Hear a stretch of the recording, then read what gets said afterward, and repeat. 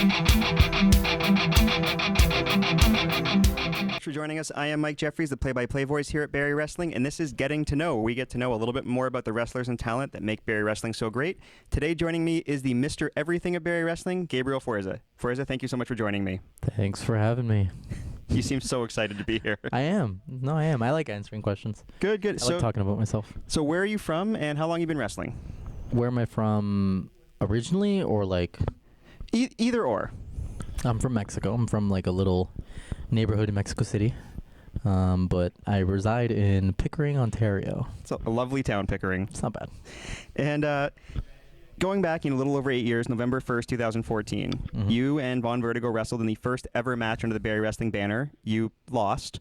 He got a contract, but you're still here. That's not how I remember it. Yeah, actually, he and Del Bruno are the only ones with contracts here. He brought that up. Yeah, they got duped. But he's on a lifetime binding contract with no raises, so I mean, I think you won that one. That's what I'm saying. He got duped. There you go. It was a scam. Now going back, like, what do you remember about that match, and how did you end up in that match? What led up to that match? I remember something to do with the Jeff Drury memorial show, which made it sound like he died. He didn't die. He just stopped he stopped promoting, I guess. I don't even know why he got a memorial show, honestly. But sorry, Vaughn or which names are Vaughn? Vaughn, okay. Vaughn and I had come. Well, at the time he was Jeff. So at the time he was Jeff Vertigo, but now he's Vaughn. At the time, we had come to help, set up the ring as one does when they're trying to get booked. And at the time, it was PWE. And I'm pretty sure we only came once, set up the ring once, tore down once.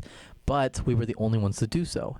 So Jeff Drury and his wife, and I think Tid was there.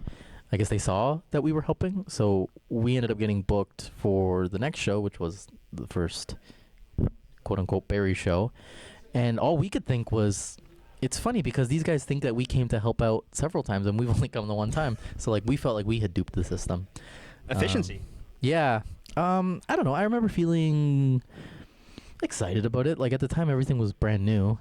It was the first time wrestling in Barrie.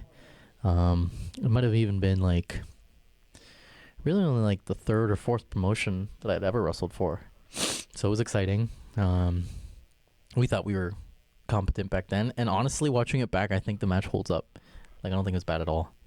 Vertigo's finisher, though, I'm not sure. The Vertigo cycle? Yeah.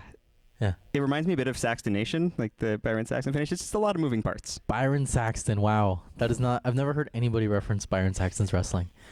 I don't even know what that is. I don't know if he knows. It's a very confusing finisher, but okay. I prefer the Vonton. Yeah, the Vonton's cool. I like that. But I'd like to tease him about the Vertigo cycle. That's fair. It's a hilarious name. It is. No, the match, I watched it actually before interviewing you guys, and it's not bad, right? No, it's a solid match for sure. It's not bad. Now, but looking back on that, and I mean, to give a little bit of praise to you, you are a multi-time everything champion here. You're the last king of Barrie. You and Vaughn both have become two of the most important wrestlers we have here. Could you have imagined that, a little over 8 years ago, preparing for that match, that this is how it would turn out? I'm not somebody who really thinks ahead. I say that with a little bit of shame because I probably should, but I don't think it would have shocked me, to be completely honest with you. I know it sounds super arrogant and blah, blah, blah, but don't tell anybody, but all these accomplishments, not that they mean very little to me. It's just that there's nothing that's been oh my God, wow, me? No, I can't believe it. It just made sense. The way, the trajectory, Jeff Vertigo, also known as Vaughn, we've been here a long time, and for a long time we were here consistently, where a lot of people weren't. And whether it was loyalty or we can get booked anywhere else, we were here and we were wrestling as best as we could and constantly trying to make the show better, whether that be with production or, anything else really. So it just, I don't know, I think it makes sense. We care.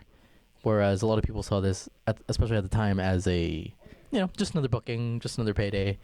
So I don't know. I don't know if it would have surprised me. Maybe a little. I mean, it is it's poetic that you guys were the first ever match here, considering that you're both still here. The first match could have been anybody else on that card that is, It could have been something really random. Yeah, that's not here anymore. But no, it's great that it was you guys. And then speaking of Vertigo, you guys as Fight or Flight, previously under another, as the Candy Kids, but Fight or Flight for most of your tag team career. We'll use that name. Yeah. When did you know you had something special as a tag team with him? Because you guys have won, you're currently the 400 North Tag Team Champs here 2 times. You've won titles at a bunch of different promotions. When did you know? I don't really know. I feel like there was a point maybe last year or the year before that where him and I both realized, like, oh, we're not bad at this. It took a long time. Like, we're going into our 10th year nearly. And I'm just now starting to feel, like, competent. So as a tag team, like, I think, because we were never upset that we were put into a tag team, we thought we deserved better. That was our, like, arrogant young brains thinking, because the way that we ended up teaming was the school that we trained at put on a show, basically like a Young Stars show, and him, myself, and Shane Saber had a match. Actually, well, it wasn't Shane Saber. It was a guy in a mask, but it was Shane Saber. We had a 3-way, and I think it was fine. And, we went really hard, and I still think it was the best match on the card by far. And we thought, like, oh, we killed it. They're going to put us in storylines. Like, they're going to give us a push, whatever. As you think as a kid, yeah. Right? But not the case. We were put into a tag team that we did not understand. Like you said, the Candy Kids, we didn't have any clue. Like, we're not partiers. At the time, I don't think I even have ever had a sip of alcohol or like weed or anything. So we didn't know what a raver was. We didn't know what they were supposed to act like. We were like, we would hang out and like play video games and like play RuneScape. Like, we were dorks, right? We are dorks. We're still dorks.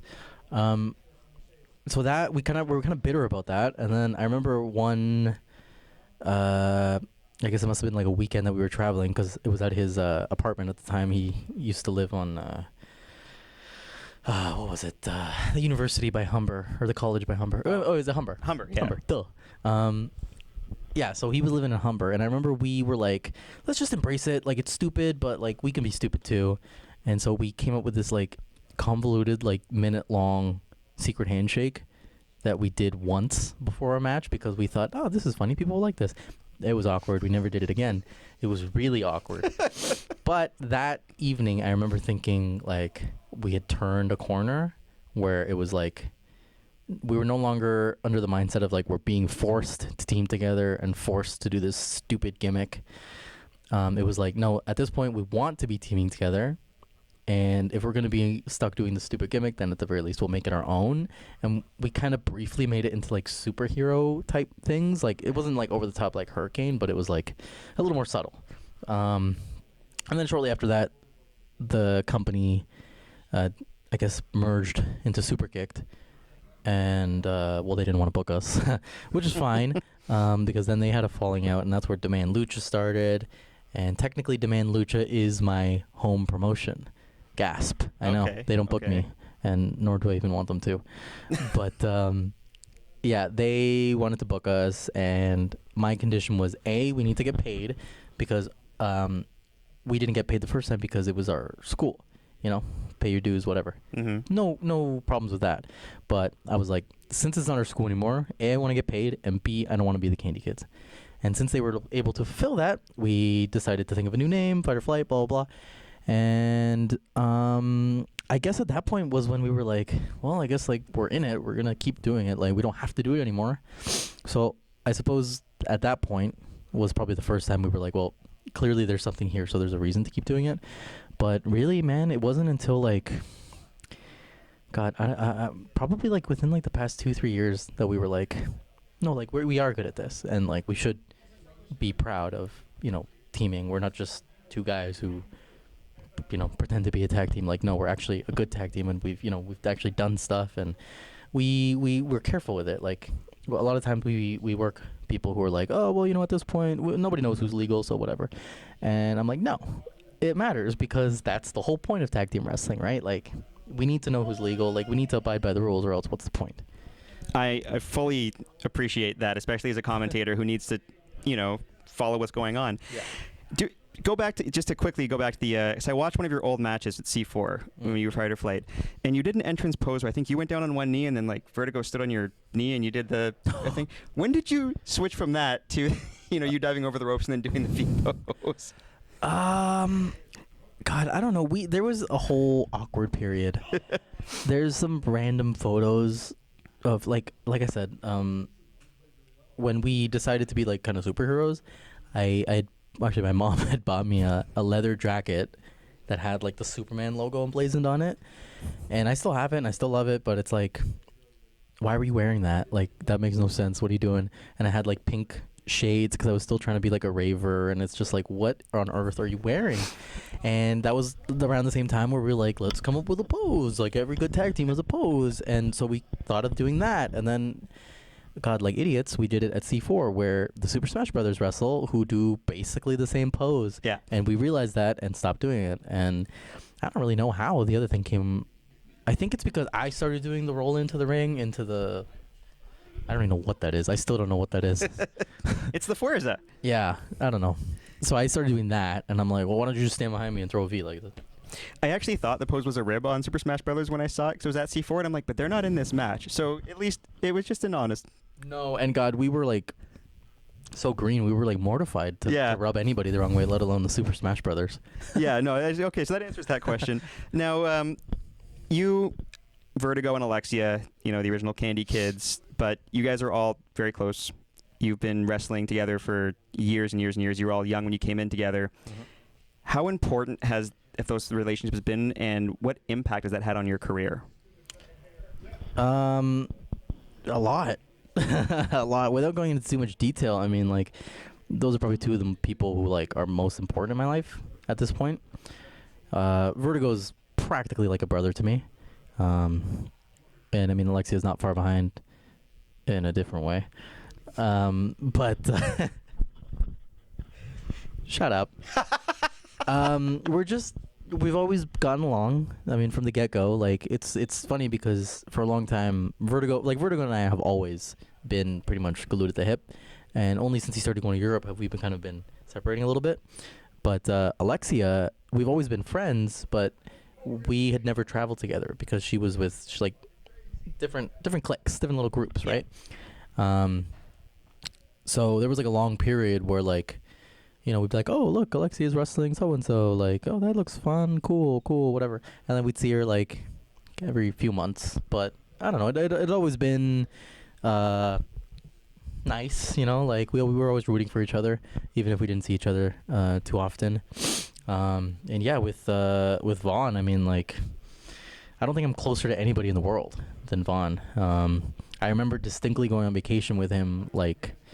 probably like 2 years into our wrestling career, and I remember at the end of the vacation I was like, wow, I'm not sick of him. Like, I don't think I've ever gone on like a vacation with anybody, and it wasn't just him, like it was his family and stuff, but I don't think I've ever gone on a vacation with anybody and not hated their fucking guts by the end. Not sure if I was allowed to swear, but I'm sure you can bleep that, right? Yeah, I mean, yeah.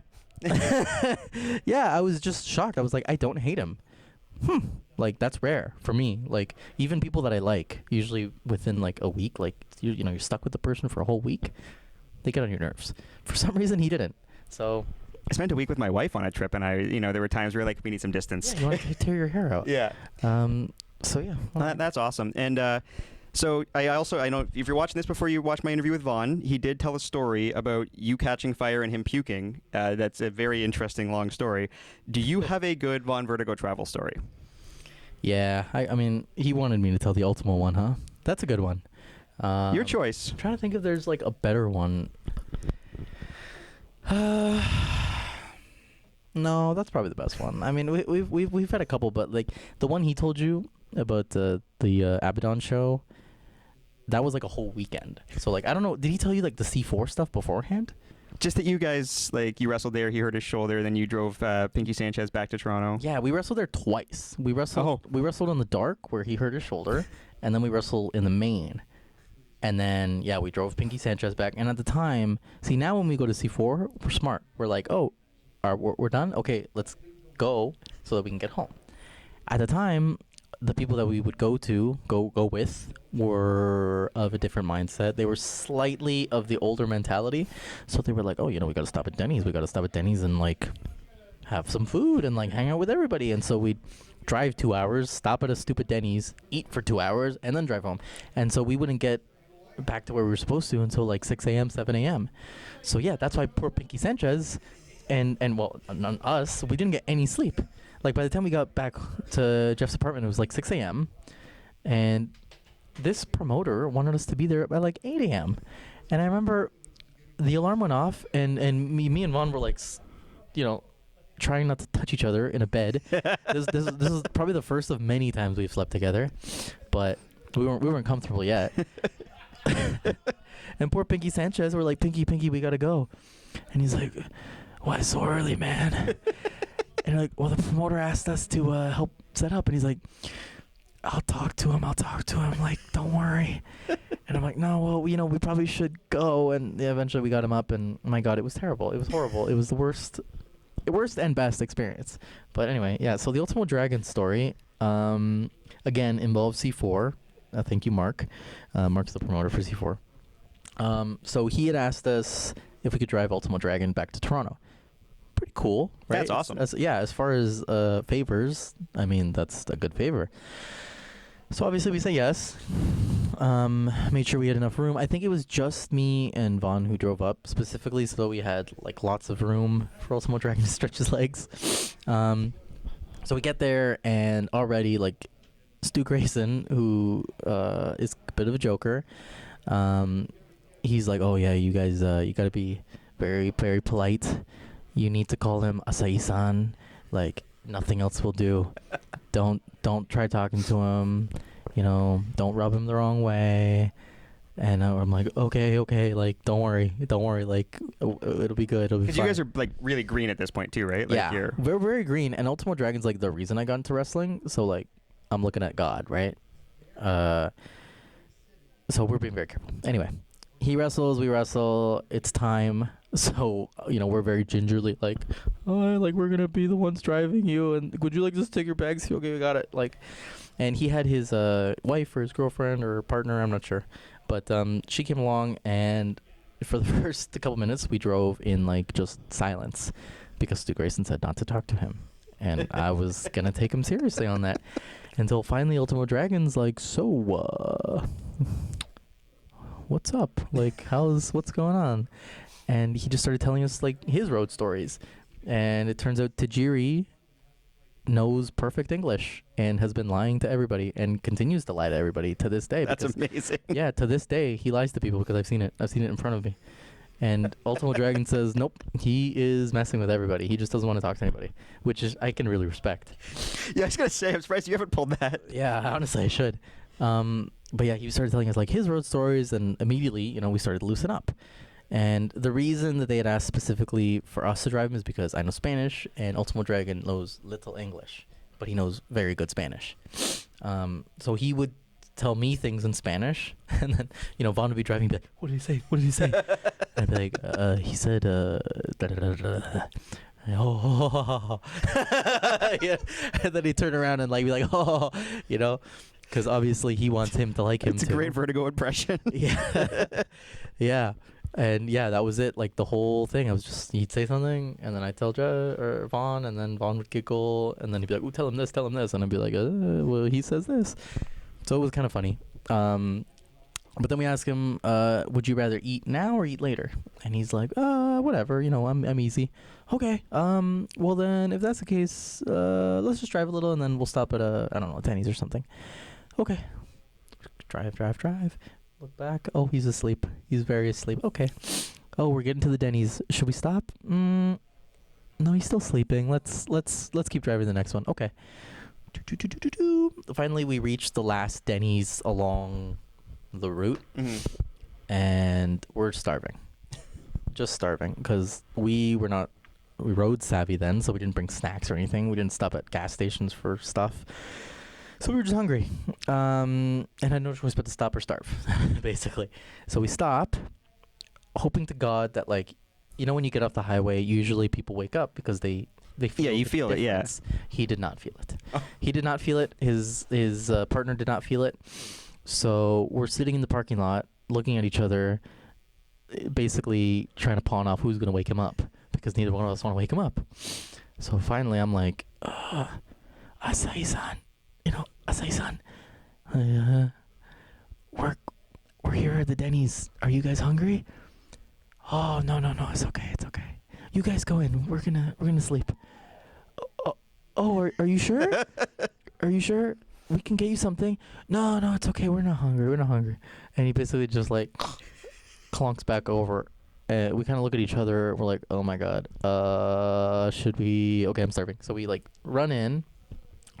I think we tried to order for takeout, and Denny's doesn't have anything like They don't have grab that. and eat. So basically, Vaughn ate as fast as he could, which, if you know anything about Vaughn, is terrible for him.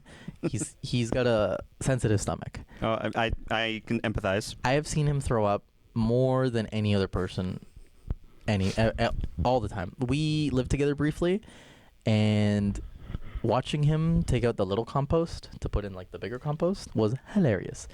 Every single time. Oh God, no! I can't. The smell. And so eventually I would take pity on him and just do it. But that's he has a soft stomach. That's unrelated, but yeah, he has a soft stomach. So he ate, and then we ate. It must have only been like 10-15 minutes. Like in the time that they made the food, we gulped it up in like a minute. Kept going. Eventually we got to the hotel that we were going to drop him off at. And at this point I'm irritable, I'm grumpy. I haven't slept in a long time. So I'm like, I'm here to check in this guy. Cool. They give him all the stuff. This is the name it's under. Here you go. Here's the key. We go up to take him because we've already come this far. We might as well just take him to his door. Yeah, be nice about it. So we go. Vaughn opens up the stuff. Vaughn goes in. Vaughn comes back out. He says, there's already somebody in there. And I'm like, what? And I poke my head in. And I poke my head back out. And I'm like, you gotta be kidding me. And Ultimo's like coming up the hallway, and I'm like, I think there's a problem. He's like, what is it? I'm like, there's somebody in there. And he's like, oh, okay. I'm like, just, I don't know, wait here, I guess. So I go back down, and, I already said I was aggravated. So I go down, and I'm like, hey, man, there's already somebody in there. That is not okay. How dare you give us the key to somebody else's frickin' apartment? Like, can you honestly think about it for a second? Can you imagine, like, you're in your hotel room, And this is the middle of the night. It's the middle of the night, and you don't even know that somebody just opened the door and could have just helped themselves in. So the person's dead asleep. Dead asleep. The guy apologizes, gives us another key. We eventually kind of deduced that it was probably Steve Carino because Ultimo Dragon and Steve Carino were both booked for Death Proof. Death Proof would have taken out the hotel under their name, and so that's where the confusion might have been. Oh. That's what I think. We don't know for sure. But Steve Carino was booked, and he would have been in that hotel, so it makes sense. And I'm pretty sure they know each other, so it wouldn't have been the end of the world, I guess, but weird, right? Very. So anyway, as we're like giving him all his stuff and saying our goodbyes, he's like, oh, what time will you guys be here tomorrow? And I'm kind of like, oh. And I look at Vaughn, and I'm like, are you doing anything tomorrow? And he's like, no. I'm like, do you want to drive Ultimo Dragon around? He's like, okay. How's, this time? And he's like, oh, perfect. I'm going to a Blue Jays game, so it's at this time. Does that work? And I'm like, oh, yeah, perfect. Okay, cool. See you tomorrow. We go, we sleep as much as we can. We come back, we pick him up again. Now that we're not grumpy, it's nice again. Yeah. So we pick him up again and drive him down to the, what is it, Rogers Center now? Yeah, Rogers Whatever Center. it's called. And as we're dropping him off, he's like, okay, here, take down my phone number so that I can call you guys when it's done. Okay. I still have his number, by the way. I don't know if it could be a different number right now, but whatever. So he gives me his phone number, and then he gives us each 20. And he's like, here, go buy lunch. And we're like, oh, no, that's okay. Like, that's fine. He's like, no, please. Like, okay. We take it. We go get tacos. And then just as we're like kind of finishing up, I get my phone starts ringing. Ding, ding, ding, ding, ding. And I put it to my ear, and he's like, oh, I don't say my real name, but he says my real name, and then he says Dragon, and I was like, oh, like my whole skin just crawled. I was like, oh, is the game done? And he's like, yeah, can you pick us up? I'm like, yeah, we'll be right there. He just said Dragon. That's so cool. That's the coolest thing ever. And so we pick him up. And honestly, it was the smoothest pickup. Like, I don't know if I'm sure you go to Blue Jays games. Oh, yeah, I've been to a bunch. It gets so busy at the end, right? Yeah. We somehow, out of the whole crowd, just rolled up to a curb and he was right there. It's the power of Ultimo Dragon. Seriously. Yeah. He was right there. And so we take him, I think we had to take him back to the hotel, and then we go to Death Proof. This is all, like, within, like, the Toronto to Etobicoke area. So it's not like we were driving him very far. So we take him to the show. And at the time, I don't think we'd ever worked for Death Proof, so it wasn't like we were particularly comfortable there. And Chad, the promoter, is like, oh, Ultimo Dragon's doing like a meet and greet. Like, do you mind just helping him out? Because, again, English, no bueno. So I'm like, okay. That means no good. Yeah. Yeah. So basically, I was like his handler for, I guess, the weekend, but technically just the day. Oh, fans are so annoying. I think it was the first time that I thought, like, oh my God. Fans are really annoying. Like, I didn't realize they were annoying because they don't care about me yet. But as soon as they start to care about you, oh my God, they can be a bit much. So the big thing that happened was there's this fan. I don't remember his name. I used to know his name, but he's like a real, fan. And he came, Real wheeler, if you will. Yeah. And you know how, like, there's that photo of Ultimo Dragon with, like, the 10 titles? Yeah. Okay. Well, this guy had 20 titles. Oh, no. And he wanted to recreate the photo, not only with Ultimo, but with himself. So he comes up to me and he's like, hey, you think Ultimo would be okay if, we did this? And I'm like, I'll ask him. And I'm like, this guy wants to take that photo. And he kind of looks at me like, okay. I'm like, okay, come on. And so Ultimo Dragon stands up, assumes the pose, and his wife and him just start furiously stacking titles on him like as fast as they can, because they know they're being inconvenient to everybody. And this is at the end of the show. The show's over, so like the meet and greet has long passed. Oh my goodness! And this is now just out of the kindness of my own heart. I'm gonna stand here and wear these 10 titles for you. So his wife and him just start furiously stacking titles on his arms. He's standing there like. And then he stands there, and his wife starts furiously stacking titles on him. It feels like it takes forever. And, his wife's getting ready for the photo, and he's like, okay, take it. And, my God, she took, like, 17 photos. It was like, okay, here, And then, like, they were done, and, like, Ultimo was starting to take his titles off. And he's like, oh, it didn't turn out great. Can we take another? No. And I was like, no, man. Like, he's already, like, he's got to go. He's already done enough. Like, sorry. I'm sure the one photo's okay. Yeah. And I don't know if it was. Hopefully it was. At that point, you didn't care. I didn't care as soon as he asked. That's fair. To be honest with you. If it turns out, hey. If it doesn't turn out, I'm sorry, man. That's life. That's an awesome story. I have to. Was it weird seeing him without his mask on? Yes, he's gorgeous and super young. Okay, I have heard that about him and some other guys that always wear masks. Yeah. It's like, so I had met Bam Bam Bigelow. Bam Bam Bigelow? No. Yeah. No, not Bam Bam Bigelow. I had met, why is the name escaping me now? Is he not ECW legend? Balls Mahoney. Oh, okay. Balls Mahoney. Super nice guy. I met him just before he passed away. And he was actually a year younger than Ultimo Dragon. I found this out because I Googled it. He looked like, I don't know, like cottage cheese that was left on a hot sidewalk too long. Like, the poor man did not look good. Fair enough, he had been doing hardcore stuff, his whole career, and like, great guy, super cute. Like, he was just sitting in the corner reading a book, but he didn't look good. Yeah. Ultimo Dragon looked like he was 15 years younger than this man. Handsome, still stood up straight and everything, like, had a presence to him. But I just remember the best part. Okay. So he tells me, he's like, hey, I have some friends coming. I'm like, oh, you have friends in Toronto? And he's like, yeah. I met them in Cuba. I like to go to Cuba a lot. He loves Cuban cigars. Ultimo Dragon loves Cuban cigars. And I'm like, okay, just let me know when they're heading here, and I'll meet them outside so they don't have to, like, get roughed up by the death proof staff or whatever. He's like, okay, they're here. I go, I meet them, and they're like, oh, wow, like, oh, I can't believe it. Hey, isn't it crazy? I had no idea that he was a wrestler. They had no clue. They didn't have an inkling of an idea. That's the beauty of the mask. Not only he's a wrestler, he's a legend. No clue. Oh, I can't believe it. He's such a nice guy. And they had no fucking clue. It was amazing. I was like, oh my God, this is my dream. Like, that's awesome. I don't like masks, personally. But I also don't like people knowing my real name. So I like the idea of, like, the double life is so cool. And, like, in particular, like, again, a legend. Like, this man could walk into any wrestling show on the planet and everybody will stop. And, like, oh my God. And yet, his close friends have no idea. I love it. And he ended up, like, leaving with them and stuff. And the whole time they were just like, oh yeah, if you want Ultimo to like you, or they would call him acai. Well, if you want acai to like you, you just got to start smoking cigars.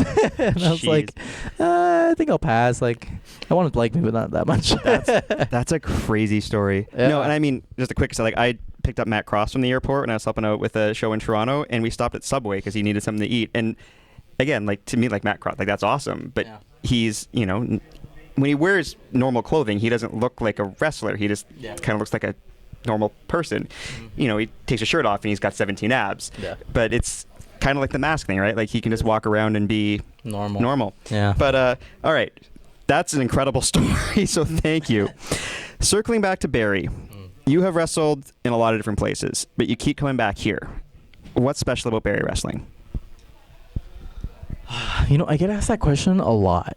And usually my first answer is, like, creativity, because Barrie was the first place to let me be me and, like, let me try stuff and let me be creative. And, like, even if, obviously it's indie wrestling, the money is not going to, like, fulfill you or anything. Yeah. So if the money doesn't fill you, and sometimes even the wrestling doesn't necessarily fulfill you, at least the creativity does. There have been, like, ups and downs in terms of, like, really nice locker room. I think right now we have, like, a really nice locker room. Like, everybody wants to be here. Everybody wants the show to be good. There's no egos. You know what I mean? Like, everybody's willing. Like, I was just talking to somebody who's like, oh, yeah, I want to do this finish because it'll make my opponent look really good. And that's exactly, like, how it should be. Yeah. Unfortunately, it's not everywhere. It's just, I don't know. It's just, like, this, like, quaint little super show. You know what I mean? Like... Yeah. You got guys who wrestle in big promotions, other places. Like, I mean, today we have Kevin Blackwood, right? Like, which is awesome. He used to wrestle here all the time. And now he's wrestling in much, much higher profile matches. So it's, like, pretty cool for him to just come back and do this, Like, Vertigo, like, it's hard for us to see it because, he's, like, our hometown boy. Yeah. But, like, he's out there doing real good stuff, too. And, like, a lot of the people who come through here, like... They're not just passionate for Barrie, but they're passionate for wrestling in general, and I don't know. It just meshes well, Like, it's warm. I was telling Tid that it feels really warm today, and not like temperature warm, but like it feels like a warm hug. You know what I mean? No, I agree. I love being here. Now, on that note, you mentioned passion for wrestling. You have become a trainer. What inspired you to do that? Well, what I'm doing particularly right now specifically, I was basically just asked. Somebody asked me, hey, I'm having trouble. I'm doing a beginner class. Would you want to come help out? And I said, I would love to. And I did, and it's become a regular thing. And yeah, now all of a sudden I'm a trainer or something. I don't like to call myself a trainer because I don't think I'm there yet. But teaching has always been the goal, actually. So... in 5-10 years time, I wanted to open up a school and train people from the ground up. So I kind of see this as like a trial run. Like these are sort of my students, but like most of them haven't started with me. Okay. A couple of them have, but right now I'm at the point where I only know what I know. You know what I mean? Yeah. Like 10 years in wrestling isn't really a lot, and there's still so many things I don't know yet. So I'm very, like, transparent in the way that if they ask me, hey, how do I do this? And I say, I don't know. But I'm sure we can, figure it out together. Yeah. Whether that's with me or with the other trainers or with the people that I help bring in, or by asking, other people. Like, to a lot of the students, they look up to me, but I still have people that I look up to. Yeah. Like Josh. Like, anytime I get to sit down with Josh Alexander and like pick his ear and I do that mostly to sort of better understand myself as a trainer to help them. Yeah. So yeah, it's kind of like I almost want to call myself like a tutor instead of like a trainer. Like, I'm here to help you get better, but I'm not like the teacher. You're not quite ready for that. Yeah, that makes sense. And I mean, you also, didn't you do a shooting star press on your first day or a moonsault or something when you started training? I did. But I say to this day, like, people always be like, oh yeah, that stuff comes so easy to you, huh? No, it does not. I fell on my head so many times as a child. I wanted to do a backflip as a child so badly. I didn't do gymnastics. I didn't do like parkour. I didn't do anything. I just hopped on a couch, put some cushions down, and tried. And I just kept trying until I could. And I would go swimming, and I would do diving board stuff, and that's how I would teach myself body control. And then I started doing parkour.